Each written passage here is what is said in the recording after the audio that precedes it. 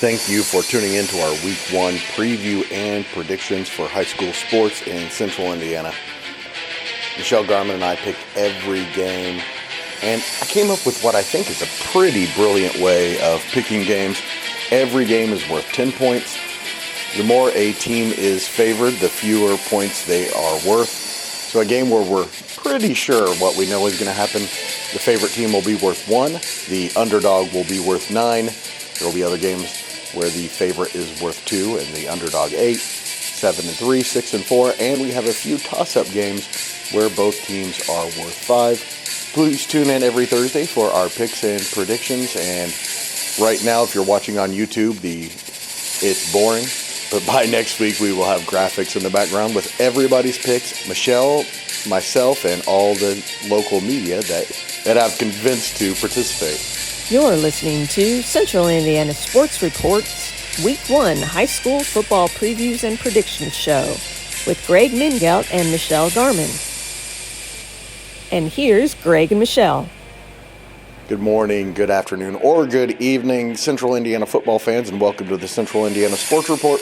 I'm your host, Greg Mingelt. I'm going to be joined momentarily by Michelle Garmon to make all of our picks. We've added a few schools this year to our lineup, so there are quite a few games.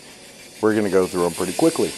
Once again, please join us every Thursday for our picks and predictions. Also, earlier Friday, I released our Central Indiana Sports Central, our daily look at Central Indiana sports today. Today, all high school football news with interviews with Kyle Neddenrip of the Indianapolis Star, Richie Hall of the Hamilton County Reporter, Rob Hunt of the Herald Bulletin, Scott Hunt of the Marion Chronicle, and Kate Hampton of the Muncie Star Press. Also had an interview with new Anderson head coach Shane Arnold. Please go find those. The easiest way to do it would be just to subscribe to the Central Indiana Sports Report on YouTube, Amazon, Apple, SoundCloud, or Spotify, and get alerts every time we have an awesome podcast. I'm with your co-host, Michelle Garmon, sports editor of the Tipton Tribune and Elwood Call Leader. And Michelle, this thought just came to me today. I think it's a brilliant idea. We're going to pick all of the games. Every game is worth 10 points. We are going to pick every game who we think is going to be the winner. And there are a bunch of them.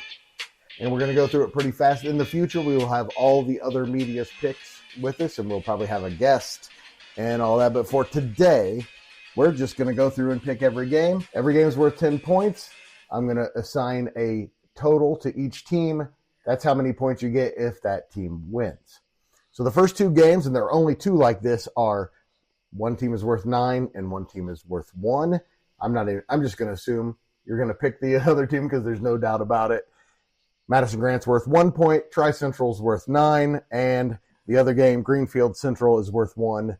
Beech Grove is worth 9. Still, I'm assuming you're taking Madison-Grant and Greenfield-Central. Yes, I'll take both of them, especially Madison-Grant. Yeah. There are some games and some matchups, and I know I cover Tri-Central, but my job is to be truthful. The game would be under the mercy rule before halftime. It would seem so.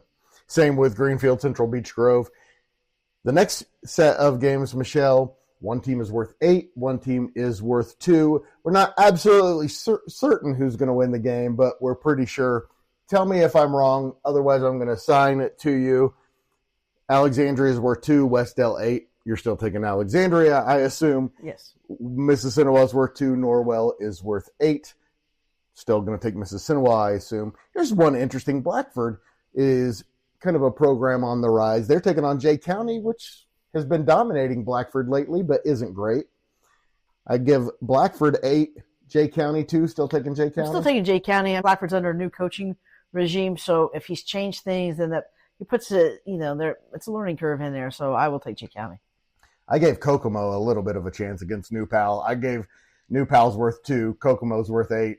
Well, I'll tell you why. I'll take New Pal, but I'm excited to see what Caleb Small has done. He's had great attendance starting when he hired. His off-season attendance for weight room and workouts and everything has been really good. So I'm anxious to see what he can do in that program. Same with Anderson. I gave them a small chance. An Anderson win is worth 8 points. Yorktown win is worth 2. Yeah, I'll take Yorktown. I'm excited. I'm excited to see what Shane does and what he can do with all those athletes he has. Lawrence North is worth 8 points. Lawrence North is worth 2. You never know. Lawrence North's not a great program through the years. Of course, they were great last year. Lawrence Central probably has been better through the years than Lawrence North. Yeah, I'm taking Lawrence North. They still have plenty of talent. They've had an influx lately for their football program. Class 5A state champion Decatur Central is worth 2 points. Avon is worth 8. Any chance of an upset? Avon's a bigger school. I'll say no. Now, I'm going to do a caveat down there. Carroll went 10-1 last year. Caston went 2-8. Will you take the upset? No. All right. Bluffton went 6-4 last year. Shenandoah 6-5, but I'm putting Bluffton at 2, Shenandoah at 8. You take the upset? Where's it being played? It is being played at Shenandoah. Well, I kind of like the way Bluffton's program has been built here recently. So they've been really good the last couple of years. Even 6-4 in the ACAC, they're a pretty good team. We're at the next category where one of the teams is worth 7 points and the other team is worth 3. So I'm not going to assume anything anymore, Michelle. I'm just going to ask you. Fort Wayne Southside went 2-8 last year. Marion went 5-5. Marion, though, beat Southside in overtime. I gave Fort Wayne South worth 7, Marion worth 3. That game is being played where? At Marion. I'll take Marion then. Tim Jones alone is going to win that game. I'm pretty certain about that. Homestead, which went 5-5 last year, is at number 1 Westfield, which went 12-2 last year. Didn't win the state championship, but was one of the teams that was definitely a threat to. What's Westfield? Sheridan, 7-6, is at Greenwood Christian, which went 7-3 last year still. I can only give Sheridan 3 points for a win for picking Sheridan here. I might actually take the upset there because, Bud's not at Sheridan anymore. I don't know what that program's like. I don't know what the numbers are or if they're going to be as disciplined, so I'll take the upset. Sheridan's going to win. Noblesville, it was 2-8 last year. Mount Vernon was 4-6. One of Noblesville's wins was against Mount Vernon. A Noblesville win is worth 3. Mount Vernon win is worth 7. I think Noblesville is another one that's got a new coach this year, so it'll be interesting. But I'll take Mount Vernon. I think they had a disappointing start to last season a little bit. If you remember, they kind of picked it up. Yeah. So you're going to pick the upset in that one. I'm going to take Noblesville. Manchester is at Northwestern, who also has a new coach, but also has a really good young quarterback and some talented weapons with him. Manchester's worth 7, Northwestern 3. Northwestern. Indian Creek is at Western. Of course, Western didn't win a game last year. Indian Creek has a nice program, but I think Western stays in this game. I said Indian Creek's worth 3, Western's worth 7. I'll take Indian Creek. Western's one of those that it'll be interesting to see, and I think I'm going to need to see the result from week 1. I'm going to take the upset in this one. I just think Western is going to have a bounce-back season. Indian Creek wasn't very good last year either. They have been through the years, but like Western, but they have not been of late. Taylor, 7-6 last year, but won their first sectional championship in program history, is at North White, which went 4-6 last year. Seems like a mismatch. Probably is a mismatch. But last year it was a close game, so I said Taylor's worth 3, North White's worth 7. That's going to be an interesting one. I think Taylor is probably got the better team, the better athletes, but North White, that's a kind of a drive up into the boonies at a small thing. So, and I don't think they have a turf field, which Taylor does, which makes that speed even better. But I'll take Taylor because they're local, but I won't be surprised if North White wins. I'm taking Taylor. They're going to score a lot of points this year. Frankfort went winless last year. They are at Clinton Central, which went 3-7. One of Clinton Central's wins was against Frankfort. Frankfort's worth 3, Clinton Central 7. I'm actually going to take Clinton Central. I was talking to somebody, and we've talked about Frankfort and how they've had such a decline in their athletic programs here of late. Ed Niehaus is gone now as the athletic director and everything. So it'll be interesting to see, but I'll take Clinton Central. I waffled there, but I'm taking Clinton Central. Garin Catholic went 6-6 last year. They are at McCutcheon, which went 4-6. A Garin win is worth 3 points. A McCutcheon win is worth 7. This could be a really good game, but I will take Garin. Me too. I feel the same way you do. Wouldn't be shocked at all. Peru is at Logansport. Of course, Logansport had a great year last year and is part of the Hoosier Conference. Peru's worth 7. Logansport is worth 3. Logansport. This is a rivalry, and this should be a pretty good game. Western Boone is at Tri-West. Western Boone went 8-3 last year. Tri-West was 8-5. Tri-West beat Western Boone last year. Western Boone. I'm taking it too. I'm taking Western Boone in the upset. It would be a minor upset if Western Boone won that game, but they're going to have a good year. We are now at the category where it's one team worth 6, one team worth 4. So not a toss-up, but also you could make an argument for either team. Southern Wells is at Elwood. Southern Wells went winless last year. Elwood won one game. It was the first game of the season, and it was all Elwood from the start. So I said Southern Wells is worth 6. Elwood's worth 4. I'll take Elwood. I'm taking Elwood too. And it's great to be an Elwood Panther.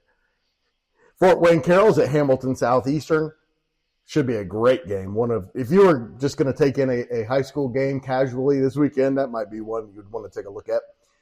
Fort Wayne Carroll went 9-3 last year. Hamilton Southeastern went 7-4, but beat Carroll. Carroll is worth 6. Hamilton Southeastern's with 4. The Royals of Hamilton Southeastern. I agree. Lebanon is at Pendleton Heights. Lebanon beat Pendleton last year to open last season.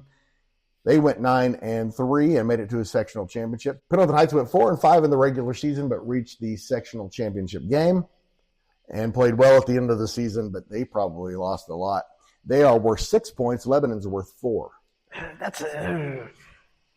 It's one of those you want to juggle the balls up. I hate to do this to Pendleton Heights, but I will take Lebanon for week 1. I think Pendleton Heights might be one of those teams that does what it did like last year, pick it up as season goes on. Give me the Tigers. Pike went 5-5 last year. They're at Zionsville, which is with 4-7. Pike, a doormat of Marion County, typically has been a little better lately. I said Pike is worth 6. Zionsville's worth 4 at home. Well, I'm taking Zionsville. They still got the oldest fantasy boy graduating is playing at Army now, but they still have 2 fantasies there in high school. I'm taking Zionsville. Give me the Eagles. Eastern Hancock is at Greencastle. Eastern Hancock went 5-5 last year. Greencastle 4-6, but I put Greencastle as the favorite in this one. Greencastle's worth 4. Eastern Hancock's worth 6. Greencastle. Me too. Franklin County went 6-4 last year. They're at Newcastle, which went 4-6. I have Newcastle worth 4. Franklin County worth 6. It's a series that's gone back and forth lately. I'll take Newcastle. You still have 6 games at the end that we're going to talk about that we consider the most important to us this weekend. I will tell you the values of those in a minute, but we are now at the games that are complete toss-ups, one way or the other. Both teams worth 5. Center Grove is at Warren Central. Center Grove went 10-2 last year. Center Grove went 8-5, but as you recall, you were right. I was wrong. Center Grove won the rematch in the regional. Both teams are worth 5 at Warren Central. Oh, that's tough. I'll take Warren Central, but I wouldn't be surprised if Center Grove won. But right, yeah, of course. I'm going to say Warren Central again, even though I went down with that ship last year. Ben Davis had a down year last year, going 5-6. They're at Cathedral, which had a down year for them, went 6-4. Both teams are worth 5 points. It's at Cathedral. And I'll just tell you, I'm taking Ben Davis.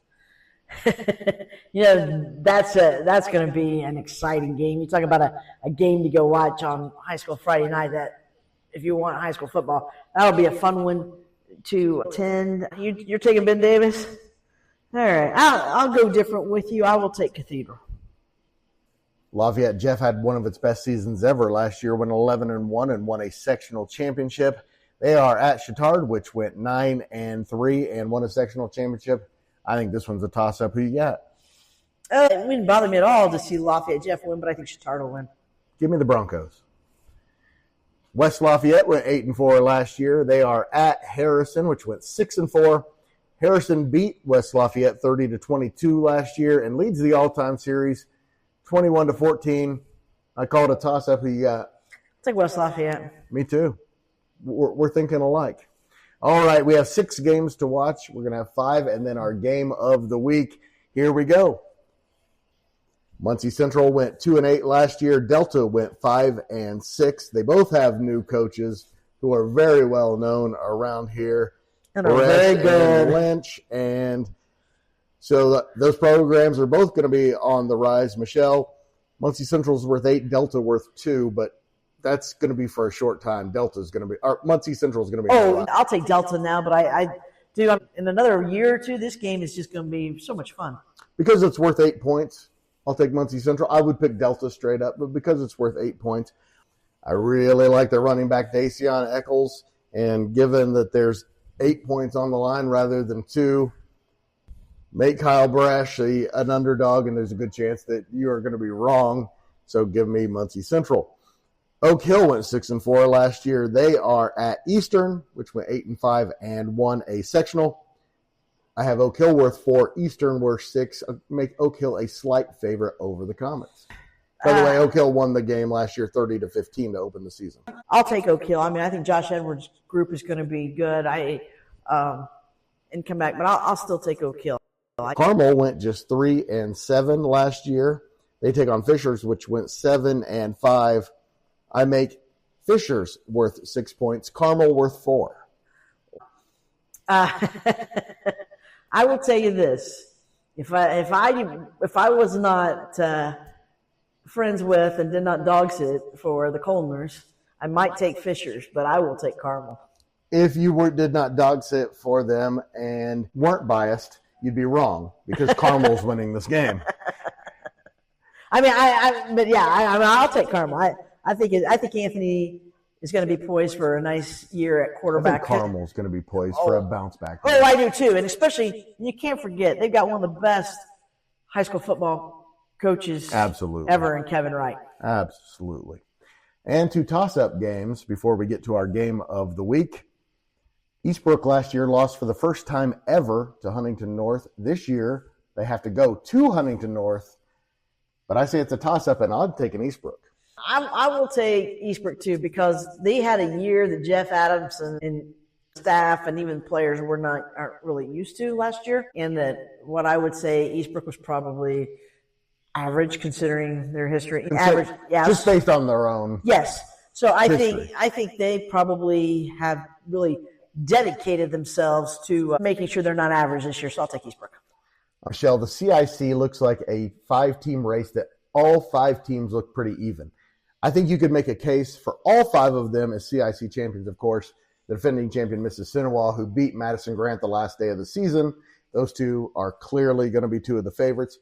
Oak Hill, everybody's buzzing about what's going on at Oak Hill. That's going to be a good team. Alexandria is the one team that can throw the ball. They've got all the athletes back. And you have Eastbrook, and I'm going to take Eastbrook. I agree with you. Jeff Adamson's too good.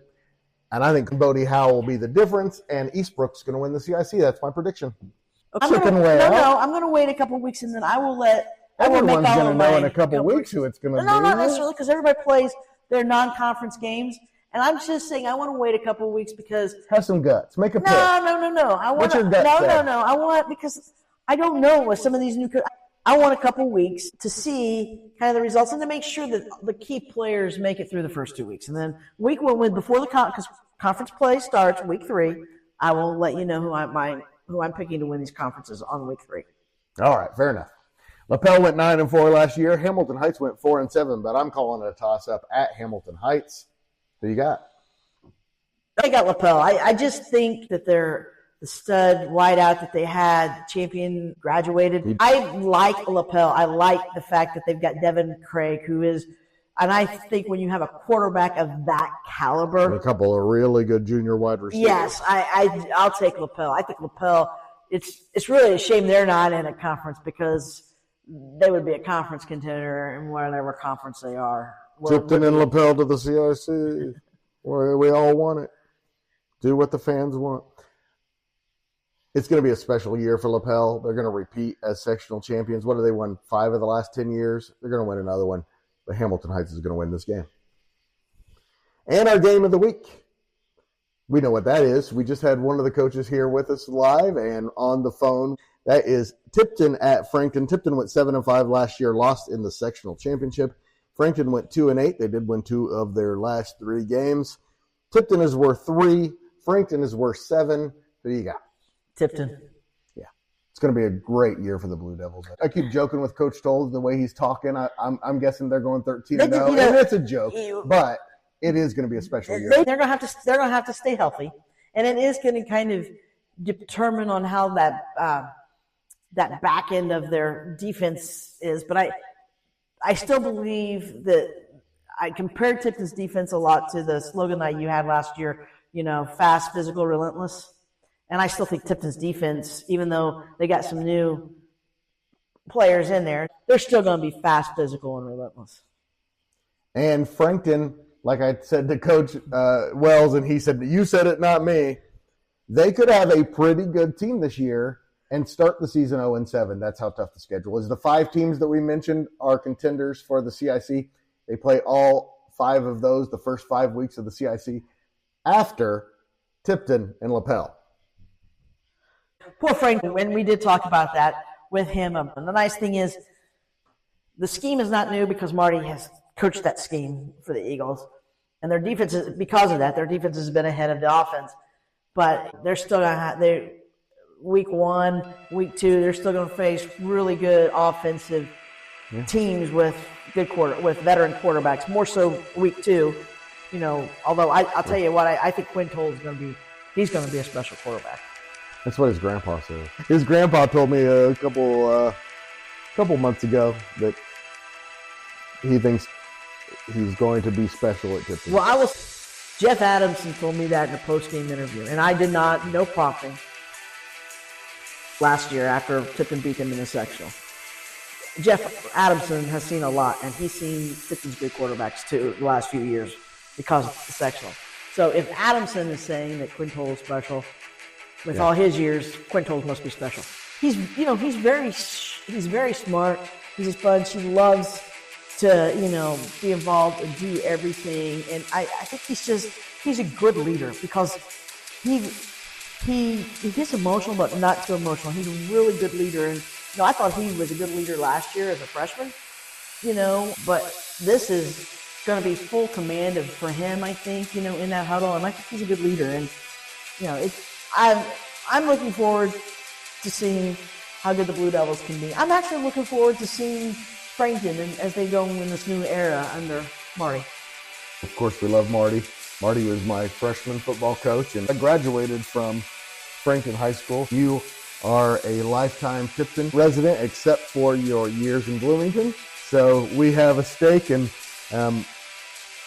as Will Rutherford's podcast is called, Strictly Biased, we do not hide our biases. We're reporters. You and I have been our life as reporters. But on this podcast, we also get to be fans. Thanks so much to Michelle for joining me. That was a lot of fun. And thank you for listening. Please do us a huge favor and share this podcast with a high school football fan in your life and help spread the word that the Central Indiana Sports Report is here talking about sports every single day.